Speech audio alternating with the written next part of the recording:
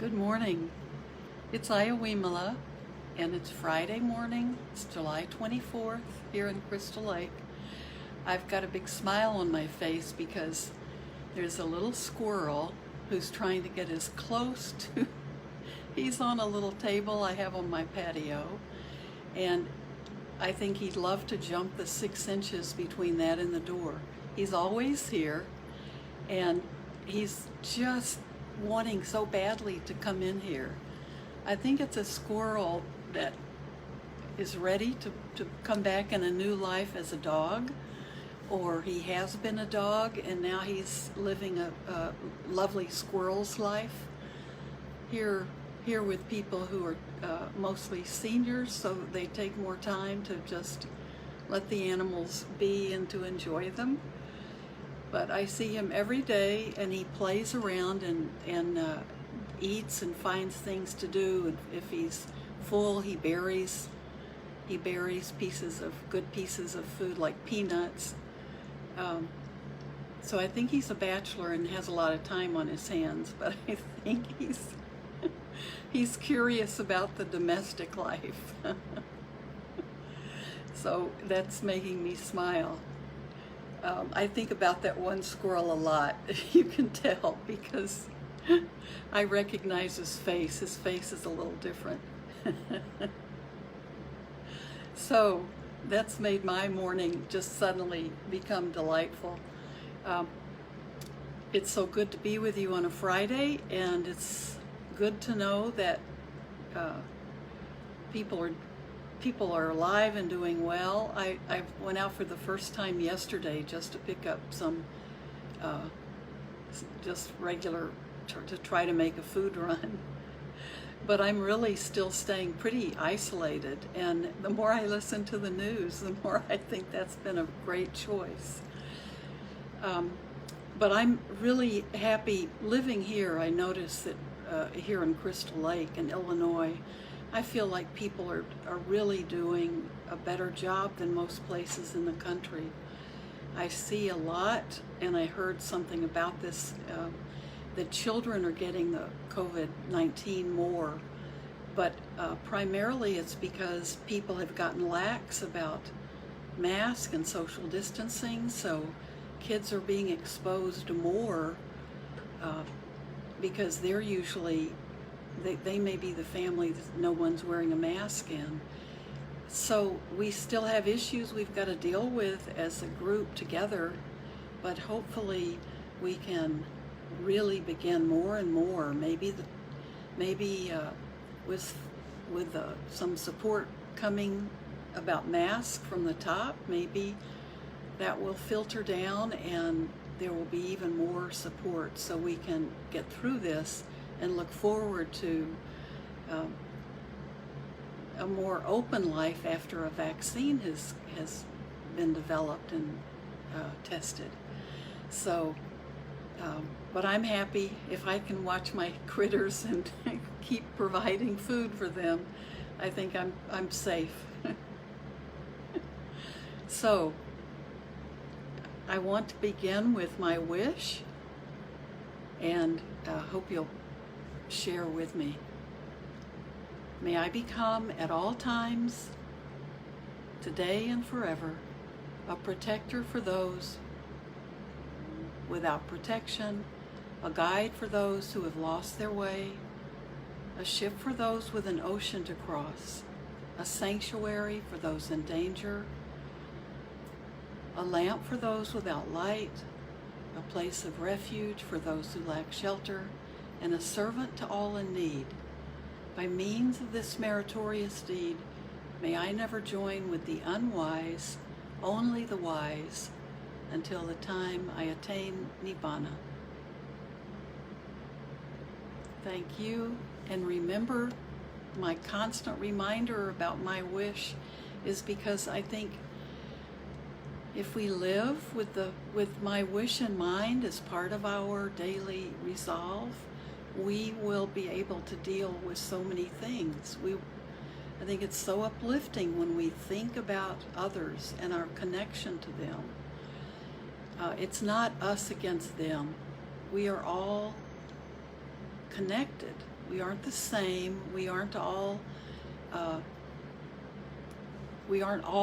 each other, not in Buddhist teachings, but we are all connected to each other. And that connection, the way the Buddha taught it, and the way it's worked for so many through the 2,700 years, almost, is also our connection to nature, our connection to this world we live on, this planet, this universe. We're all connected to all of these things. So everything we do, we need to be thinking about that bigger world. And then it makes our actions become, I hesitate using this word, but our actions, our behavior can become more sacred when we're careful about how we treat the earth and how we're careful about how we treat animals who are not just our domesticated pets, but all creatures on the earth. When we are careful about that and attentive to how we treat living beings, it resonates everywhere. It's like metta. We radiate it out, and it becomes a spiritual act, because we see how much violence has been done to the world, to the earth. Well, to the earth in particular, we have all the violence that comes from aggressive behavior and war and fighting over resources, and those are certainly not things done with a resolve to take care of all life. So as I look out and realize the thing, I just shared something on Facebook from Bhante Saranapala, and he says if you're feeling under stress, and he has some beautiful pictures, and he recommends going somewhere where there's water, free-flowing water, and he might be on one of the Great Lakes, but he's talking to a bird, I think a pigeon on a rock, and the pigeon is watching him like the squirrel was watching me. But his comments are, if you're feeling stressed or if you're feeling down, one of the best things he's found to do is to go and be near water and just be with it. And I think that's beautiful. It's just it's something we can all do. We can all go out into nature. We can all, I'm sure almost all of us can find a tree to sit under, or a way to be out in nature. And it's very soothing. And you know, when we think about the Buddha, when he became homeless and his monks and nuns took on vows to be homeless, they were living out in nature. They would often stay when it was the season for the rainy seasons. They might stay in beautiful parks and gardens that wealthy people had provided for them, or they were often parks for the ascetics to stay, who were roaming around the countryside. But they had lovely places that they were invited to stay.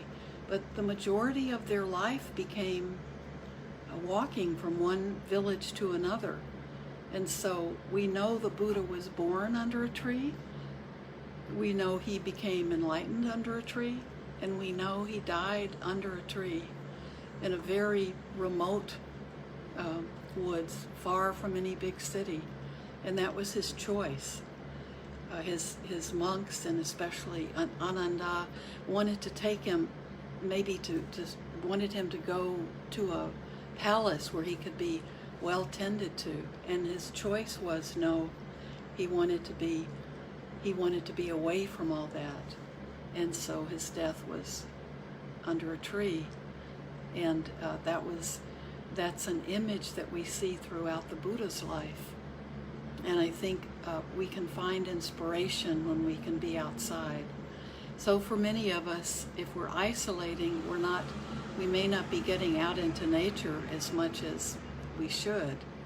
So let's make a resolve to be out in nature more and find and it can be right outside your door. It doesn't have to be going on a road trip, right? We all can find that. It may be just stepping outside and being in the sun and having the feeling of being in nature. We all know how to do that, but I'm feeling that a lot today. So why don't we, once again, we can practice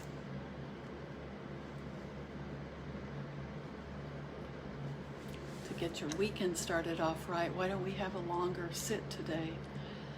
And remember, right resolve, our right resolution, and we can use this every day, is to renunciate, let go of the things that we don't need. That can be let going of clinging and attachments and certain thoughts that we have. It can be letting go of needing more stuff. But whatever it is that we can renunciate, it's always good to keep remembering to let go of the things that we don't need any longer. Let go of things that are holding us down, keeping us from feeling joy and happiness. And we want to practice loving kindness. The opposite of that is being cruel. And we want to practice non-harm. So everything we do it without any kind of malicious intent. Do it without any intent to harm. So we're letting go. All of them are about letting go, right? If we let go of the unskillful thoughts, and if we let go of anger, we've pretty much got everything covered there. So I think most of the Buddha's teachings and even meditation are about renunciation. And it doesn't mean you have to become a monk or a nun, and it doesn't mean that monks and nuns are all renunciating the same way. So what it does mean is that renunciation in the Eightfold Path is about letting go of the things that we're dragging around with us, to be more free, to feel spaciousness, to feel openness more. So let's sit now, and then I'll end, when it's time to end, I'll end again with my wish.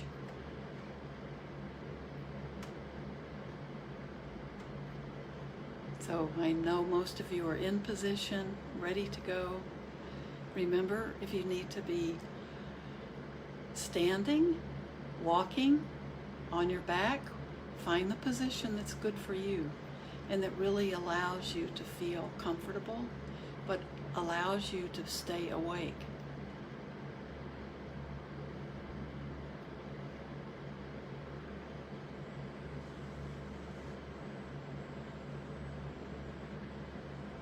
Just breathe. Let your body be aware of, let your attention be focused on your body breathing. We don't suddenly say breathe. Our body's doing that automatically for us. So we become forgetful. So the first way we become mindful, the very first step in learning mindfulness, is to be aware of this breath. Our body is breathing. Our body's already and always breathing until we die.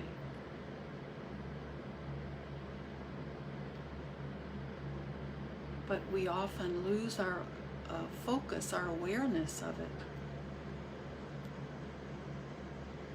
So I think when we first become aware that our body is doing this for us,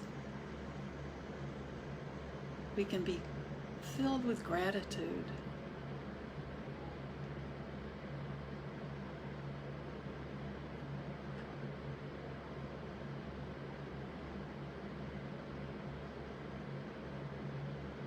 Be aware of that breathing. Now we've all been learning to let our natural, everyday, every minute breath come more and more down into our belly. Let the oxygen get down to the bottom of our lungs.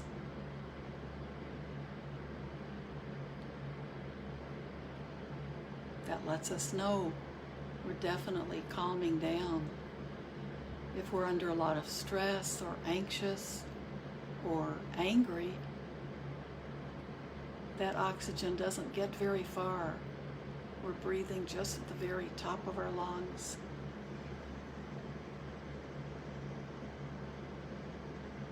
So if you want to put your hand on your belly to feel that your body is breathing that oxygen in,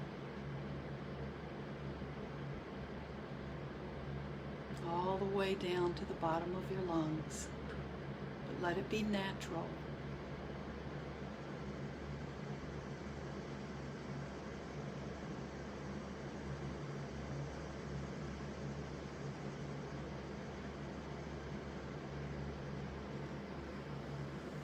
Feel your shoulders fall a bit every time you exhale.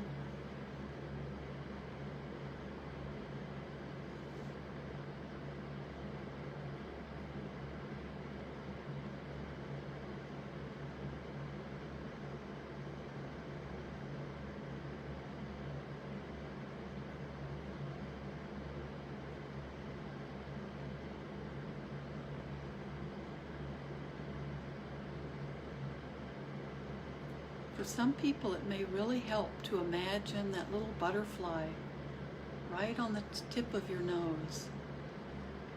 That butterfly is feeling your breath.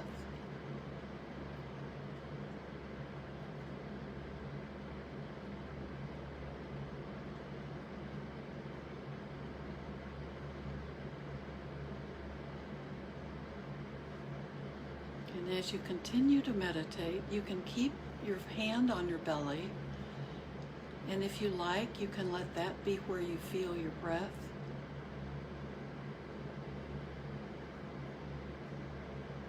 Or you can feel your breath around your nostrils, just above your upper lip.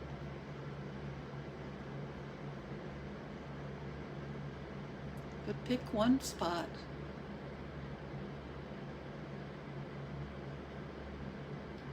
Let your focus be centered around that spot.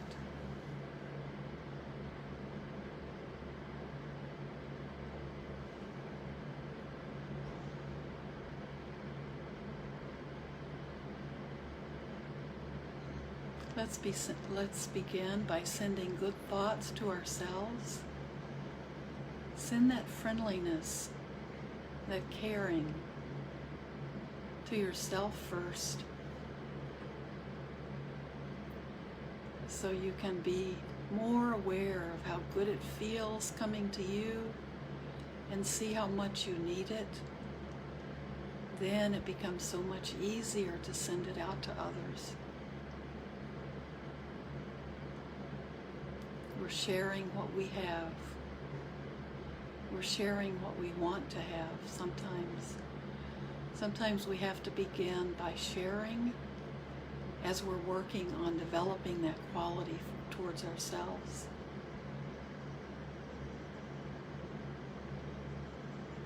May I be well. May I feel safe in my daily life. May I be content. May I be at peace with myself, with the world.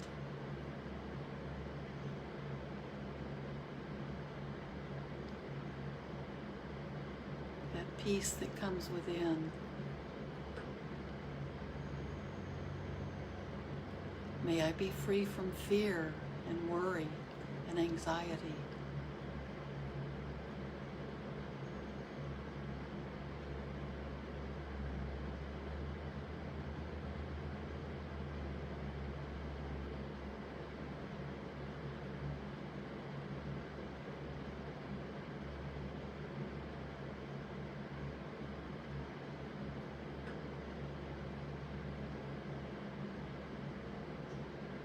now extend those same thoughts, those same wishes out to the people closest to you. This may be your family members or your dear friends.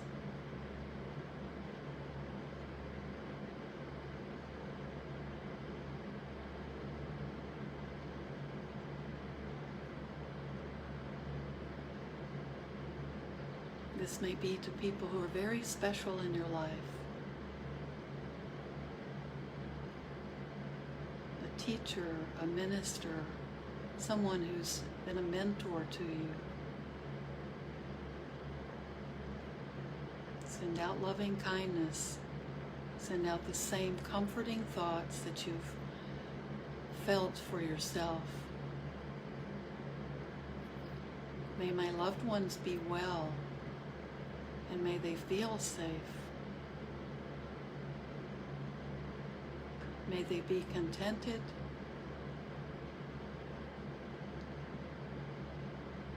May they be at peace.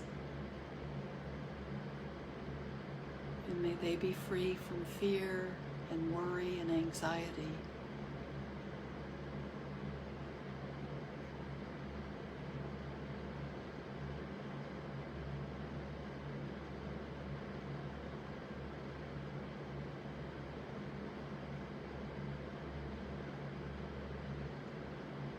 Now send the same comforting thoughts out to everyone in this country. I'm expanding your community right now. So to everyone in this country, think of them as your neighborhood. Not a lot of us going anywhere for a while. So think of the people in this country. Think of all the living beings in this country. All of our pets, all of our domesticated animals, all creatures of every size, all beings we may, even in this country, the beings we're not even aware exist.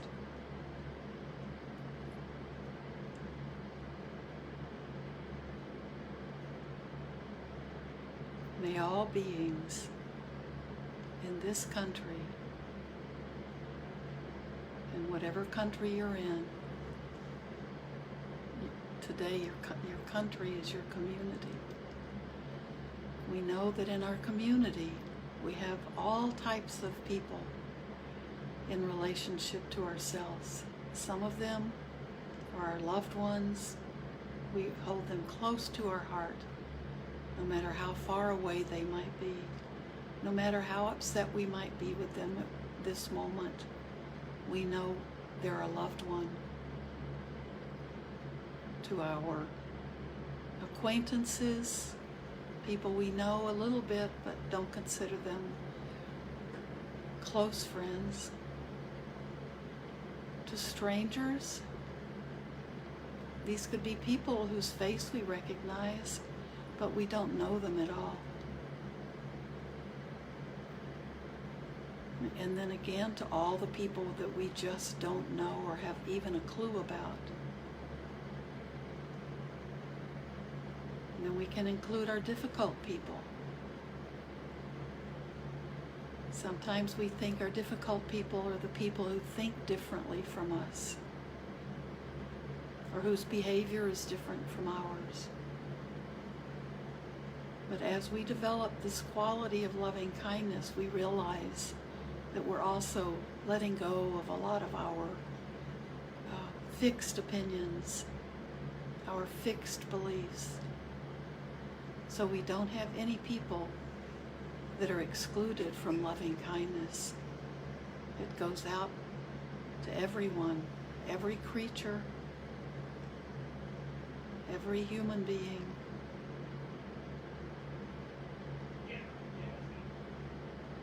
All of our country, we allow these feelings to just extend out, and now to make this complete and to make it truly loving kindness, we recognize that this is an infinite quality. There There's no limit to the quality, so it goes out to infinity. We can radiate this quality out to the entire universe. May all beings, not only in this country, in this world, but all beings everywhere, human beings, non-human beings, beings we can see and beings we cannot see. May all living beings be free from suffering and the causes and conditions for suffering. Be free from fear and worry and anxiety. Be free from hunger and thirst and the extremes of the weather. May all living beings be able to care for themselves or be cared for by their loved ones. And may all living beings, seen and unseen, being born and dying,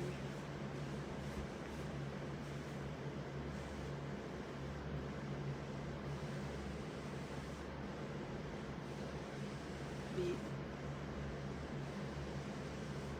contented and be living in peace.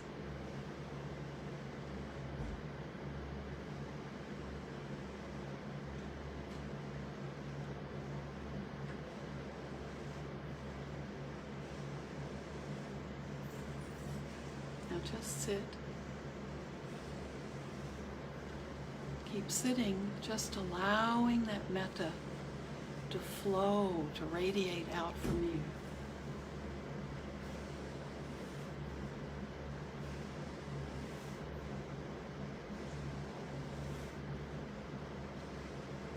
This is our practice today. Just feel how good it feels to allow yourself to radiate loving kindness to all beings everywhere. There isn't a single being that we want to exclude.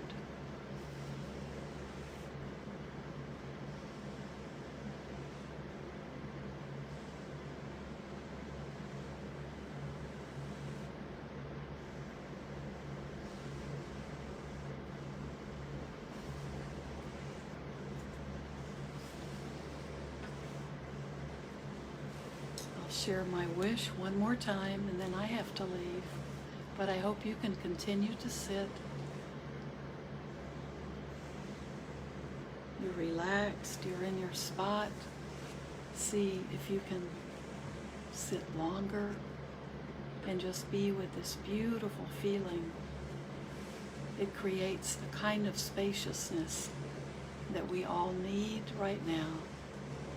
And if we worry about not doing enough in the world today, when we practice metta, we're doing so much. May I become at all times, both now and forever, a protector for those without protection, a guide for those who have lost their way, a ship for those with an ocean to cross, a sanctuary for those in danger, a lamp for those without light, a place of refuge for those who lack shelter, and a servant to all in need. By means of this meritorious deed, may I never join with the unwise, only the wise, until the time I attain Nibbana. Thank you so much. I'll be here again Sunday. Or you can go to YouTube and see me. Pick out any time you prefer. Okay, thank you so much, everyone. Keep sitting if you can.